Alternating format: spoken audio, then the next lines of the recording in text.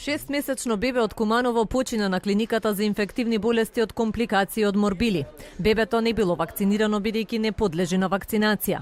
Било заразано во скопските болници каде се лекувало од воспаление на белите дробови. Шестмесечното бебе е прва жртва од прогласувањето на епидемијата на мали сипаници.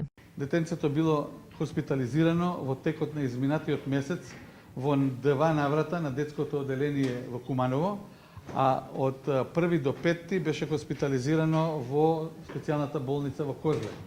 На 5 е префрлено во инфективната клиника и екзитирано денеска во 07 часот наутро. Детето имало трајно воспаление во почетокот на јануари на белите дробови, најпрво како обструктивен бронхит, а потоа и како бронхопнеумонија. Бронхопнеумонијата е проширена на двете белодробни крила и покрај интензивното лекување и реанимација на клиниката за инфективни болести е починато денеска наутро.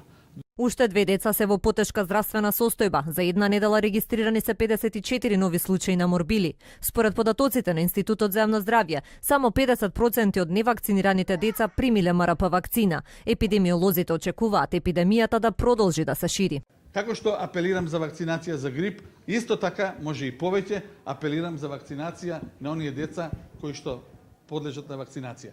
После 9000 дози и ниедна поствакцинална реакција, затоа што да имаше било каква реакција на овие 9000 дози, до сега ќе се чуеше. Апелирам родителите да ги однесат своите деца на вакцинација. Не постои ризик од било каква реакција на оваа вакцина.